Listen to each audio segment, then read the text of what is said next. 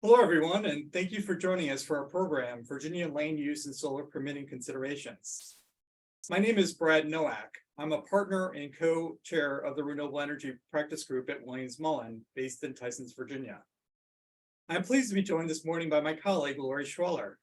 Lori is a partner in our Land Use Practice Group based in our Charlottesville office. She assists clients with a variety of real estate projects, including advising developers on local permitting of solar and other renewable energy projects in Virginia. In addition to Lori, our land use team has 10 other professionals in Virginia and North Carolina. Our land use team has worked on a variety of development projects in more than 90 cities and counties throughout Virginia. Our renewable energy team has worked on over 85 solar and energy storage projects in more than 39 localities in Virginia. Before we kick off today's program, I have a few housekeeping items to go over. At any point during today's presentation, you may submit questions by using the Q&A button at the bottom of your screen.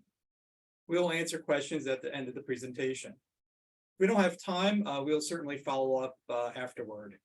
If you're having any audio or technical problems, please use the same Q&A button and someone will help get those resolved. And finally, you'll receive a copy of today's PowerPoint by email later today. Today's program is the second installment of our Spring Renewable Energy webinar series. If you missed our March 29th program on Virginia Energy Legislative Update, we have the recording and slides available on our website. We have several other renewable energy webinars over the coming months. On April 27th, we will cover the permit by rule process for solar and energy storage projects in Virginia. You won't want to miss that program because we'll have a couple special guests coming from Virginia DEQ. On May 3rd, we'll be holding our environmental considerations when siting and permitting renewable energy projects. And on June 6th, we'll cover recent trends in real estate options and leases for renewable energy projects. We will also have a webinar on certificates of public convenience and necessity, and the date will be announced soon for that webinar. So please look out for invitations coming soon. Just to cover a roadmap before we get to today's presentation, we'll first begin by talking a little bit about the background of the Virginia Clean Economy Act and some of the permitting tools that became available as a result of that legislation. We'll cover some of the history of the siting agreement legislation and updates for siting agreements. We'll discuss the substantial accord or 2232 determinations and special use permit conditions. We'll also talk about local solar development considerations, including solar ordinances and policies. And finally, we'll take some Q&A at the end. So now let me pass the program to my colleague, Lori.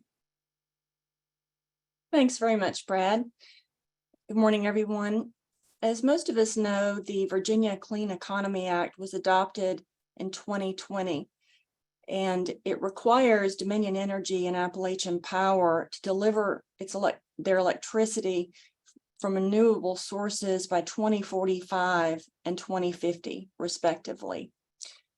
It also declares to be in the public interest, establishing 16,100 megawatts of solar and onshore wind. To help facilitate development of energy production from sunlight and wind, the Act introduced a new set of land use tools, siting agreements, special use permit conditions through amendments to existing statutes, and also amendments to existing statutes regarding the substantial accord determination, also called the 2232 analysis.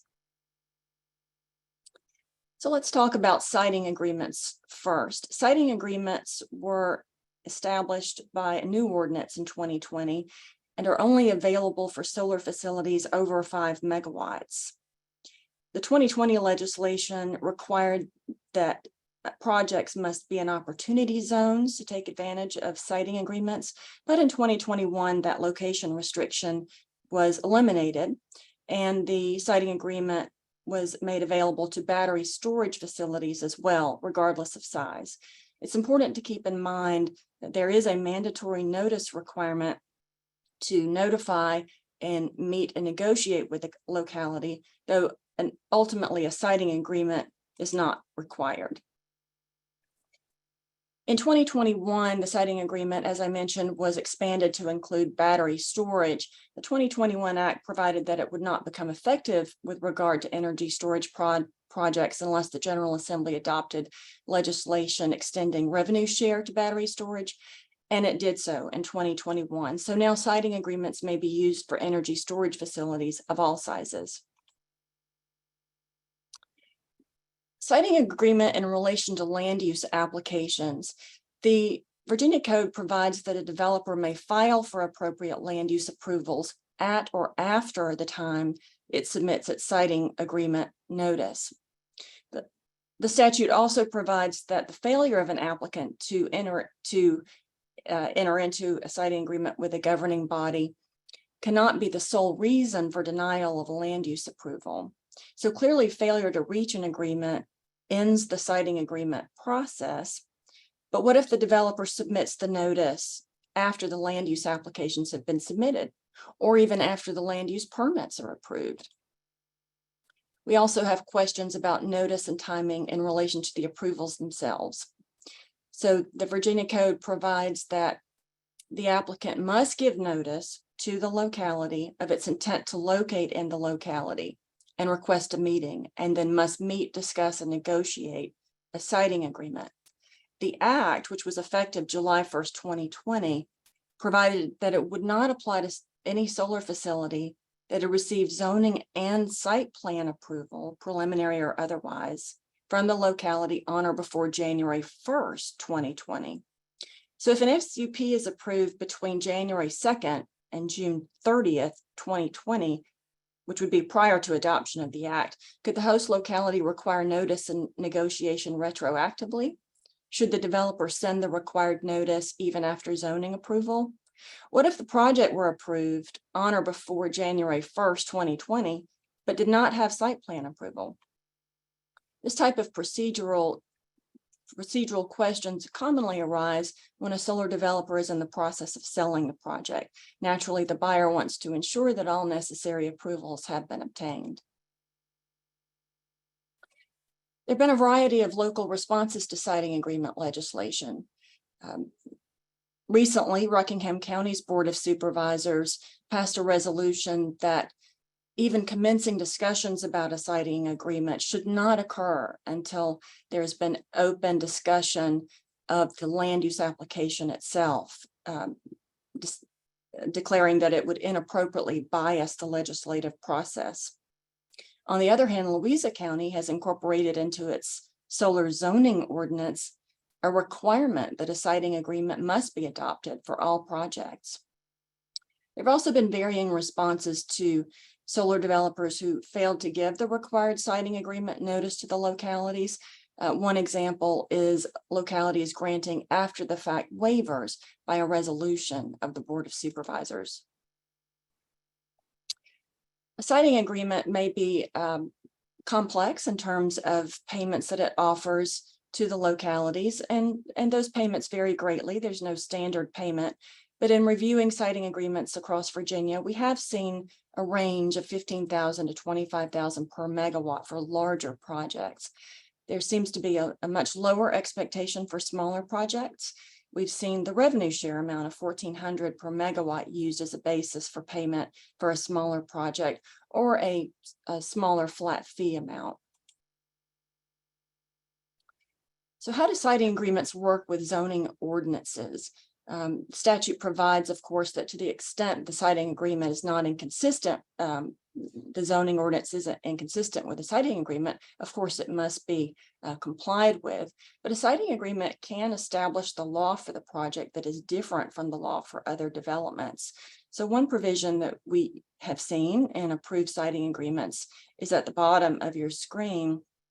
Parties acknowledge and agree that the SUP conditions, which are incorporated into the siting agreement by reference and typically attached as an exhibit, that these modifications are applicable and valid with respect to the SUP, the property, regardless of the zoning ordinance. But what about taxation ordinances? Should we assume that the project will be subject to whatever tax may be adopted by the locality during the life of the project, or can the siting agreement modify such taxation? We've seen several approved siting agreements in Pittsylvania County that do include a waiver of any future revenue share taxes. This waiver of taxation has not been tested in the courts. Another possible structure is that should the locality adopt revenue share, the amount of the tax, whether it's the current 1,400 per megawatt or other, would be deducted from whatever annual payment is being offered. It's prudent to include a change of law provision in the siting agreement for reopening discussion should tax law change. So the siting agreement in 2232 determination, as you may know, approval of a siting agreement, this is new legislation from 2020, deems the project substantially in accord with the comprehensive plan. But what happens if the special use permit has been approved, but the 2232 determination was not made and a siting agreement was never discussed? May the locality request a meeting to discuss the siting agreement at that point, and must the developer agree? So moving into substantial accord determinations, there are options for solar developers who have obtained land use permitting, but not the required comprehensive plan review under 2232. You could at that time request a 2232 hearing. You could request a waiver letter from the locality, or you could discuss with the locality positioning the project so that you request the waiver, but the locality purposely fails to act, at which time after 60 days, the project would be deemed to be in substantial accord with a comprehensive plan. It's important to note that some localities do not perform a separate 2232 review when reviewing an SUP. So make sure that during the permitting process, substantial accord with a comprehensive plan is discussed in the staff report and at the hearings. Does substantial accord determination, is that required for battery storage? We think the answer is yes. The 2020 Act permitted a locality to waive the comprehensive plan review for solar facilities. The process for waiving is not defined, so may be done differently in different localities, and no subsequent amendments have been adopted to extend this particular authority to battery storage projects. The comprehensive plan review is required for any public utility facility. So one might argue that a battery storage project should not require a 2232 determination because it does not generate, transmit, or distribute electric energy, and therefore is not a electric utility. However, the amendments to the statute that provide for siting agreements deeming the solar project to be in substantial accord with a comp plan, and the provision that provides that the failure of an applicant to enter into a siting agreement may not be the sole reason for denying land use approvals, have both been extended to battery storage. So the implication of these code sections seems to be that energy storage projects are indeed required to receive substantial accord review. Turning now to special use permit conditions and backing up a little bit to land use permitting generally. A project will begin with a pre-application meeting with the planning and zoning officials. In Virginia, most localities do not permit solar facilities by right, but if so, do obtain a zoning determination letter to confirm that. Also, a 2232 determination will still be required unless exempted by the locality. Of course, determine what zoning district permits solar. If a special use permit is required, keep in mind that may be called special exception or conditional use permit in some localities. If solar is not provided in the zoning ordinance, some localities allow it because they consider it similar to another use, such as power facilities. In other localities, you will need to pursue a zoning text amendment. So the new legislation adopted in 2020 with regard to special use permit conditions expressly allows a special use permit condition for a solar facility to include dedication of real property or cash payments, so long as reasonably related to the project. And that's new for localities and citizens, and may be a surprise. We've heard the term bribe used in public hearings, But this is definitely a legal incentive for localities to approve permits for solar facilities. And in 2021, this provision was also made applicable to energy storage projects.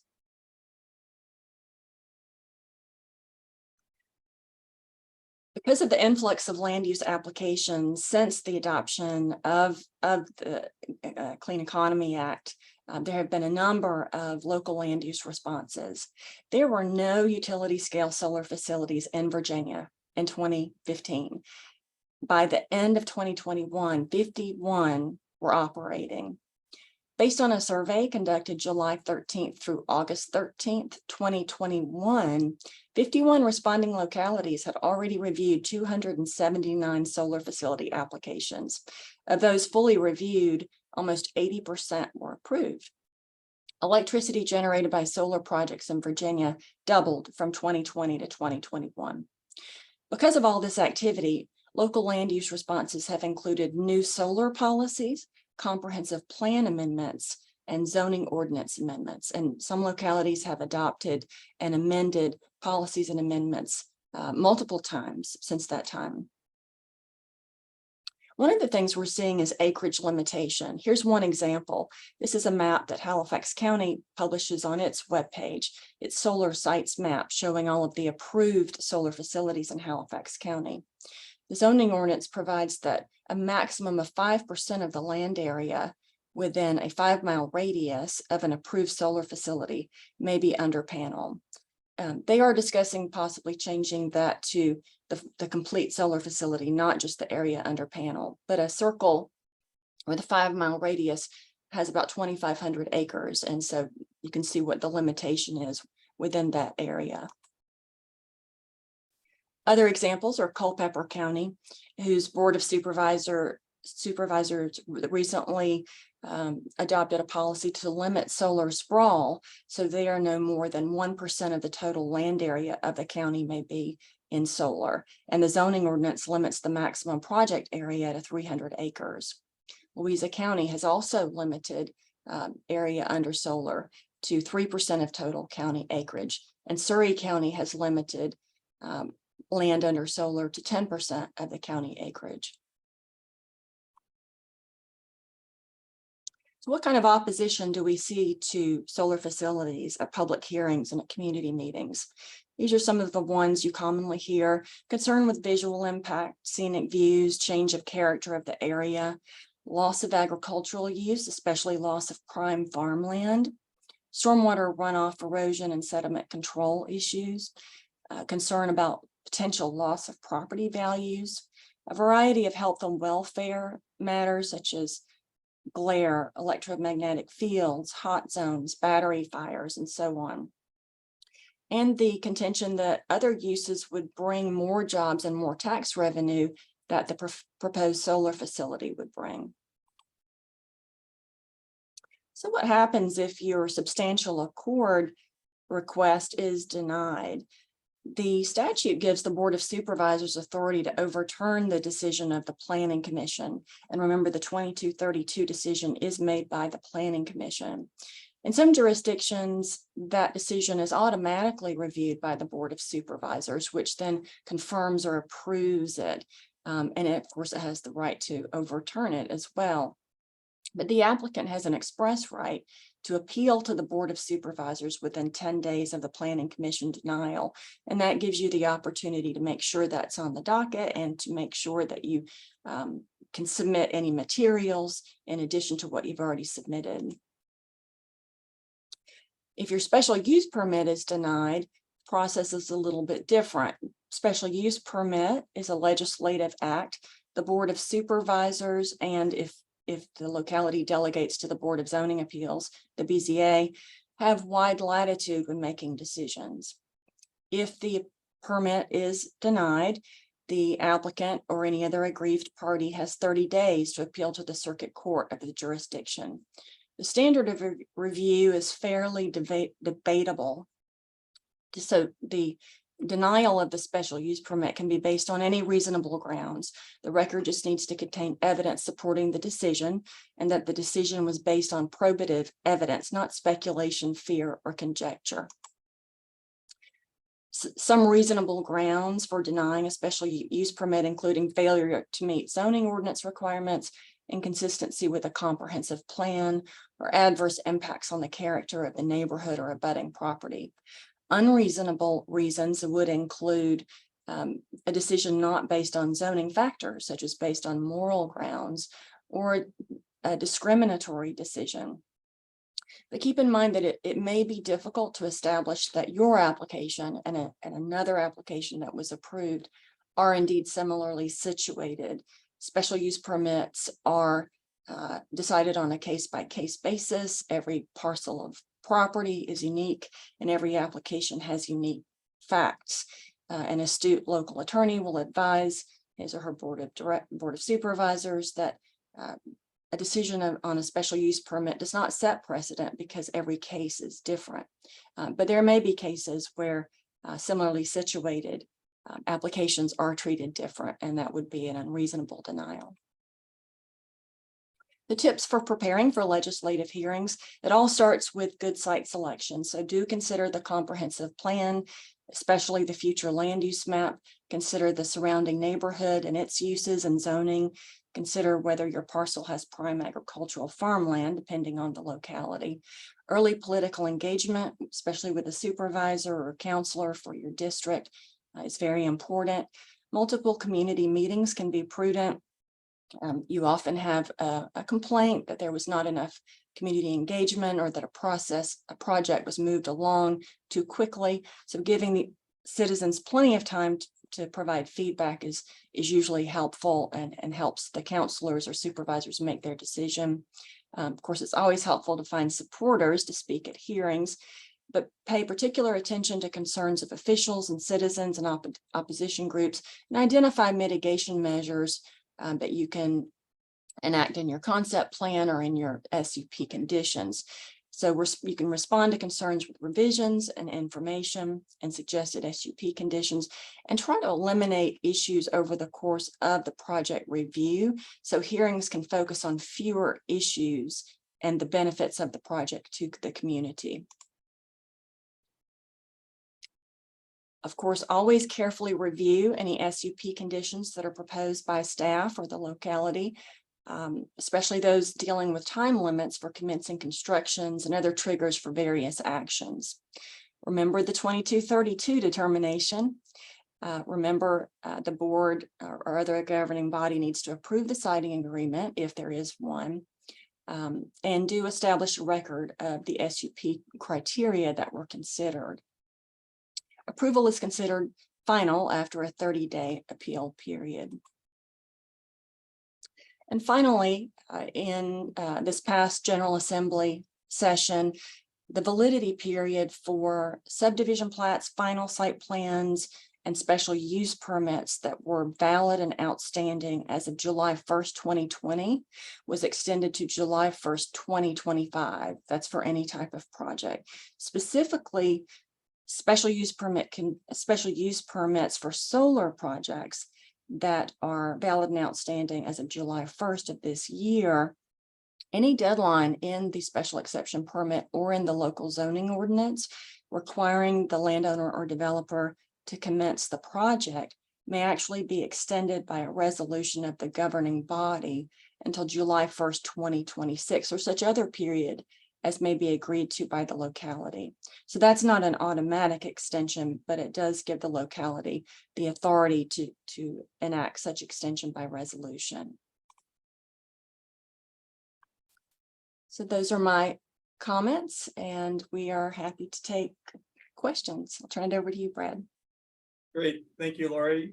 We've gotten several questions, so let me try to work through them. I think the first question I see here is, since siting agreements are only available for solar projects greater than 5 megawatts, how can a developer with a below 5 megawatt project, for example, a shared solar project, provide financial payment to a locality?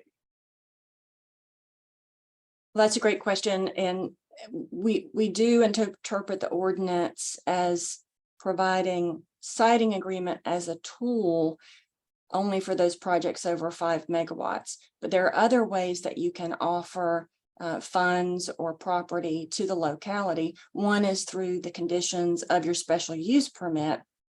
If a special use permit is required, you may offer property and funds through conditions to the special use permit.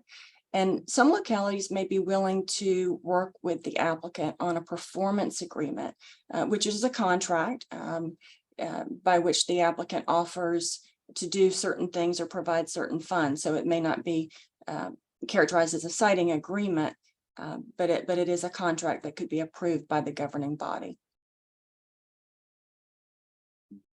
Looks like there's a number of questions about kind of the sunset, and I think talking about the last slide. How long is a typical SUP/CUP good for? What is the typical sunset trigger? And do you need to go back to the governing body to request an extension? The localities in their zoning ordinances typically will set a standard validity period for special use permits, and that validity period might be different for certain uses such as solar facilities.